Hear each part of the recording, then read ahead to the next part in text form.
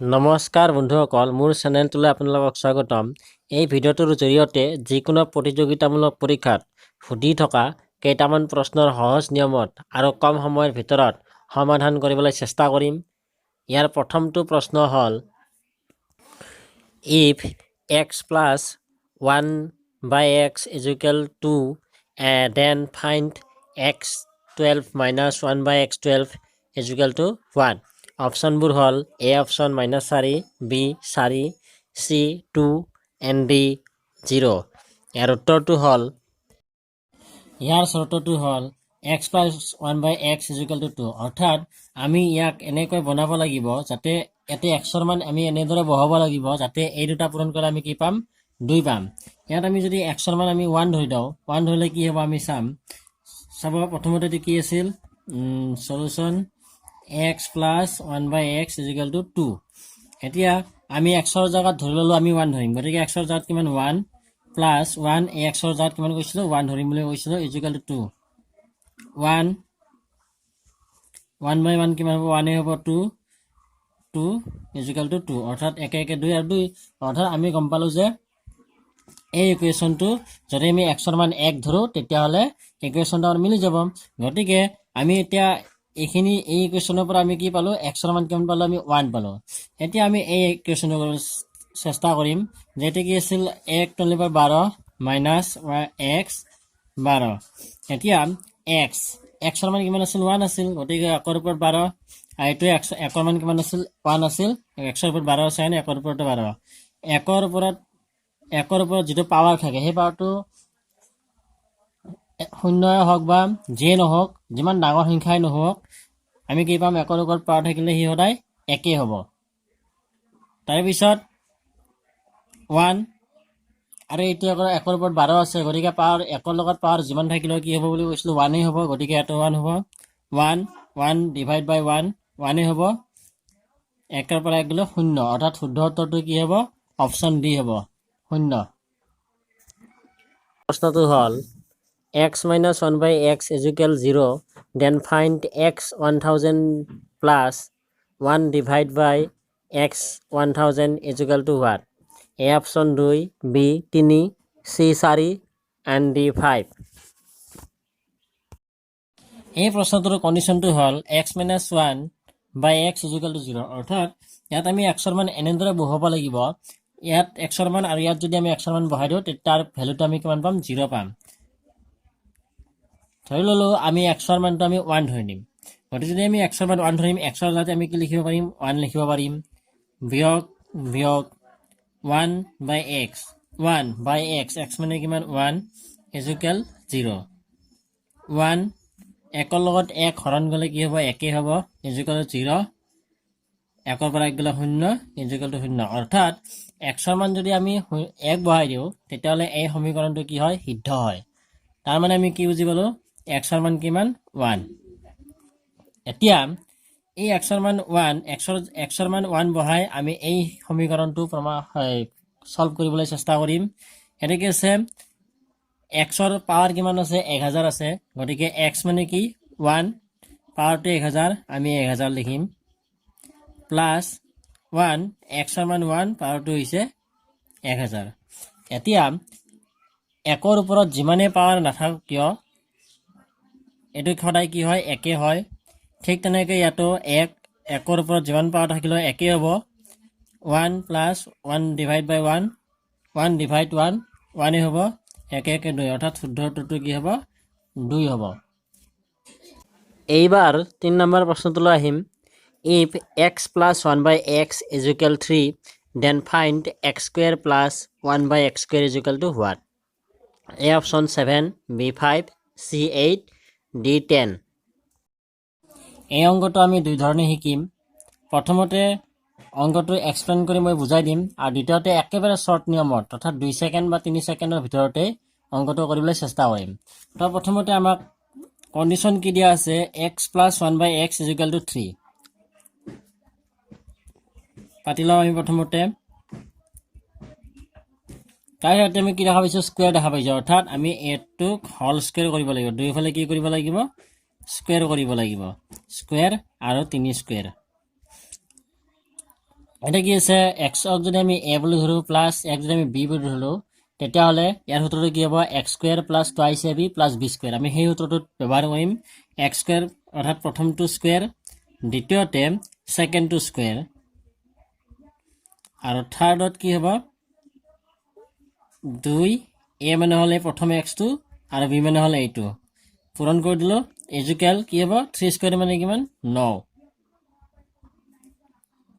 x square থাকিব 1 x square ওপৰৰ x তলৰ এক্স কাটা যাব কিমান থাকিব plus 2 equal to 9 x square plus 1 by x square 9 plus 2 ইফালে গ'লে কি হ'ব মাইনাছ 2 হ'ব কিমান থাকিব 7 থাকিব অৰ্থাৎ শুদ্ধ এনচাৰটো কিমান ইয়াৰ শুদ্ধ উত্তৰটো হ'ব 7 এতিয়া আমি এই অংকটো ডাইৰেক্ট কৰিবলৈ চেষ্টা কৰিম আমি ইয়াতে কৰিম চাব প্ৰথমতে আমাক কি দিয়া আছে ডাইৰেক্ট কৰি আমি এক্স প্লাছ এই চিনটো চাব ইয়াতে কি চিন আছে প্লাছ চিন আছে আৰু আমি যিটো ওলাব লাগে তাতো কি চিন আছে প্লাছ চিন আছে যদি প্লাছ প্লাছ থাকে আমি কি কৰিম কণ্ডিশ্যনত থকা সমান চিনৰ পিছৰ নাম্বাৰ কি আছে 3 আছে আমি সেইটোক স্কুৱেৰ কৰি দিম কিমান হ'ব 3 স্কুৱেৰ কিমান হ'ব 9 হ'ব তাৰে পিছত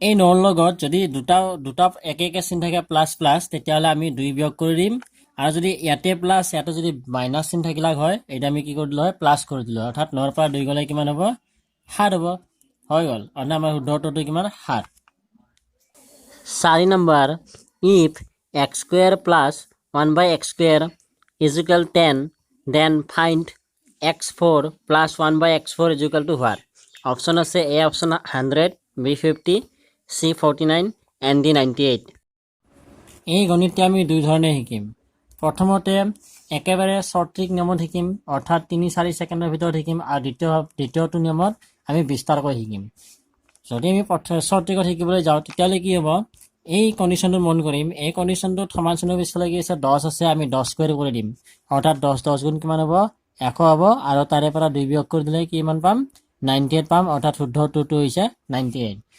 এতিয়া 100ৰ পৰা আমি 2 কিয় বিয়োগ কৰিলোঁ সেইটো আমি বিস্তাৰভাৱে শিকিম এতিয়া বিস্তাৰভাৱে শিকিবলৈ যোৱাৰ আগতে আমি কণ্ডিশ্যনটো মন কৰিম এটা কি আছে এক্সৰ পাৱাৰ কিমান আছে 2 আছে আৰু ইয়াতে আমি ওলাব লাগে কি এক্সৰ পাৱাৰ 4ত যাব লাগে 2ৰ পৰা 4ত গ'লে কি হ'ব আমি কি কৰিব লাগিব 2ৰ 4টো কাৰ স্কুৱেৰ হয় 4টো 2ৰ স্কুৱেৰ হয় গতিকে আমি এই বস্তুখিনিক আমি কি কৰি দিম স্কুৱেৰ কৰি দিম স্কুৱেৰ কৰিব যাওঁতে এইটো যদি আমি এ বুলি ধৰোঁ এইটো আমি বি বুলি ধৰোঁ তেতিয়াহ'লে কি হ'ব a + b হোল স্কুৱেৰ এইটোক আমি এনেকৈ স্কুৱেৰ কৰি দিম এইটোক স্কুৱেৰ কৰিলে সমান চিনৰ পিছফালে আমি 10ক স্কুৱেৰ কৰিব লাগিব এতিয়া আমাৰ সূত্ৰটো আমি কি সূত্ৰত কৰিব এই অংকটো a + b হোল স্কুৱেৰ ফৰ্মুলাত কৰিম এই ফৰ্মুলাটোৰ মতে কি আছিল a square b square 2ab এই ফৰ্মুলাটো আমি কৰিম আৰু এই ফৰ্মুলাটোক মতে চাব গ'লে এইটো কি হ'ব a হ'ব আৰু এইটো কি হ'ব b হ'ব গতিকে প্ৰথমতে কি আছে a স্কুৱেৰ a মানে হ'ল কি এইটো a স্কুৱেৰ তাৰপিছত b মানে কি আছিল b মানে হ'ল 1 বাই x স্কুৱেৰ আৰু ইয়াক আমি স্কুৱেৰ কৰি দিম এইটো b স্কুৱেৰ হ'ব আৰু তাৰপিছত 2ab প্লাছ 2 a মানে কিমান x স্কুৱেৰ আৰু b মানে হ'ল 1 বাই x স্কুৱেৰ ইজুকেল তাৰপিছত কি আছিল 10 স্কুৱেৰ কৰিব দিছিল 10 স্কুৱেৰ মানে কিমান 100 এতিয়া x 2 × 2 কি হ'ব 4 হ'ব আৰু এইফালে x কি হ'ব 4 হ'ব প্লাছ x স্কুৱেৰ আৰু x কাটা যাব এতিয়া কি থাকিব 2 হ'ব সমান চিন 100 x4 1 বাই x4 ইজুকেল টু 100 আছে 100 এই প্লাছটো যদি ইফালে যায় সমান চিনৰ পিছফালে যায় তেতিয়াহ'লে কি হ'ব মাইনাছ হ'ব 2 কিমান হ'ব 98 হ'ব অৰ্থাৎ ইয়াৰ শুদ্ধ উত্তৰটো হৈছে কি 98 ভিডিঅ'টোৰ 5 নম্বৰ আৰু শেষৰ প্ৰশ্নটো হ'ল if x + 1 by x সমান চিন -2 then find xp plus xq if p even and q odd numbers অপশ্যনবোৰ হ'ল a option 1 b 2 c -2 and d 0 প্ৰথমতে চাম কি কণ্ডিশ্যনটো চাম যে কি দিয়া আছে x + 1 by x = -2 অৰ্থাৎ xৰ মান আমি এনেদৰে বহাব লাগে যাতে ইয়াৰ সমাধানটো কি পাম আমি -2 পাম এতিয়া আমি এটা আইডিয়া কৰিম যে আইডিয়াটো আমি কি চাই কৰিম এটা -2 আছে গতিকে ইয়াৰ ভ্যালুটো x ৰ ভ্যালুটো আমি মাইনাছ বহাব লাগিব হ'ব পাৰে গতিকে আমি এক্সৰ মান আমি -1 বহাই চাম যে এইটো এক্সৰ মান -1 বহিলে ইয়াৰ মানটো -2 পাম নে নাই গতিকে আমি চাম প্ৰথমতে এক্সৰ মান আমি কি বহাম -1 তাৰ কি চিন আছে প্লাছ দিলো তাৰপিছত কি আছে 1 আৰু এক্সৰ মান কিমান -1 এতিয়া এইখিনি যদি আমি কৰিবলৈ যাওঁ এইটো -1 প্লাছে মাইনাছে মাইনাছে হ'ব 1 টো মানে ডিভাইড কৰিলে 1 হ'ব কি পালো -2 অৰ্থাৎ এই মাইনাছটোৰ আমি সমান পালো ইয়াৰ পৰা আমি এটা কথা বুজিলো যে ইয়াতে কি হ'ব এক্সৰ মান কি হ'ব -1 হ'ব ঠিক আছে এতিয়া আমি এই পাঠটোৰ অংকখিনি কৰিম এই পাঠত কি কৈছে এক্সৰ ওপৰত কি কৈছে পি বুলি কৈছে আৰু এক্সৰ ওপৰত কি কৈছে কিউ আৰু ইয়াতে কণ্ডিশ্যন দিছে কি পি টো ইভেন অৰ্থাৎ পি টো জৰা সংখ্যা আৰু কিউ টো কি সংখ্যা অড অৰ্থাৎ বিজোড় সংখ্যা এতিয়া আমি ধৰিলো এক্সৰ মানটো আমি -1 পাই গলো আমি -1 বহালো এক্স মানে কি -1 আমি আগতে পাইছো ধৰিছিলো আমি -1 আৰু পিৰ মান ইভেন অৰ্থাৎ জৰা নম্বৰ হয়তো 2 হ'ব পাৰে 2 বহালে কি হ'ব -1 স্কুৱেৰ হলে কি হ'ব এইটো +1 ত গুচি যাব ঠিক তেনেকৈ আমি বোলে 2 নহয় আমি 4ও বহাব পাৰো 4 বহালে এইটো কি হ'ব 1 হ'ব কাৰণ এইটো জৰা আছে মাইনাছ চিন জৰা আছে কাৰণে এইটো 1 হ'ব এতিয়া ইয়াৰ কথাটো হ'ল যদি ইয়াৰ পাৱাৰটো ইভেন নম্বৰ হয় 2 4 6 8 যি বহালেও আমি কি পাম ইয়াতে আমি 1 পাম অৰ্থাৎ ইয়াৰ মানটো কি হ'ব ইয়াৰ মানটো হ'ব কি 1 হ'ব দ্বিতীয়তে আমি চাম কিউটো বিজোড় সংখ্যা বুলি কৈছে যদি -1 এক্স মানে হ'ল -1 আমি ইয়াতে পাইছিলো আৰু কিউ বিজোড় সংখ্যা আমি 1 বহাই চাব পাৰো 1 বহালে যেহেতু -চিনটো বিজোড়ত আছে গতিকে এইটো -1 থাকিব বোলে 1 জাত 1 নহয় আমি 3 বহাব পাৰো বিজোড় সংখ্যা এইটো কি হ'ব -1 হ'ব কাৰণ মাইনাছটো বিজোড়ীয়া হৈ আছে গতিকে আমি ইয়াৰ পৰা এটা বুজিলো কি -1 ওপৰত পাৱাৰটো যিমানে বিজোড় সংখ্যা নলওঁ কিয় আমি -1 পাম গতিকে ইয়াৰ ভেলুটো কি হ'ব প্লাছ আৰু ইয়াৰ ভেলুটো কি হ'ব -1 হ'ব 1 + 1 আৰু এইটো -1 কি হ'ব 0 হ'ব অৰ্থাৎ ইয়াৰ শুদ্ধ উত্তৰটো কি হ'ব 0 অপশ্যন ডি